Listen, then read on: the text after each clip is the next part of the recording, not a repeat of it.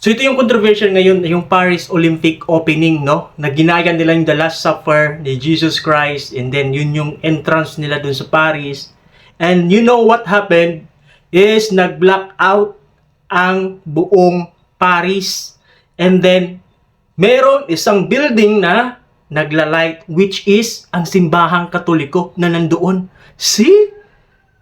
Wow! Proud na proud ka to being a Catholic. Because we can see God in that purpose.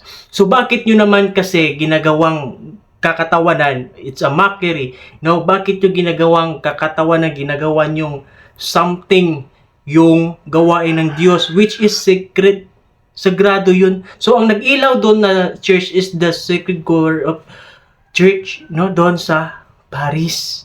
So dapat igagalang natin yung mga sakramento or sacred things ng simbahan. Kasi yan ay gawain ng Diyos dati. Bakit natin ginagawang kalukuhan? Bakit natin ginagawang parang walang silbi? No? Gumawa na lang kayo ng iba. Huwag lang yung sa Diyos. Kasi yan ay mockery talaga yun. No? Paparusahan tayo ng Panginoon pag ganyan tayo. Hindi natin alam ano ang gagawin ng Diyos sa sanlibutan. Kasi siya ang may-ari, and we are not allowed to question Him. Kasi siya nga ang may-ari nito. Siya ang gumawa sa atin.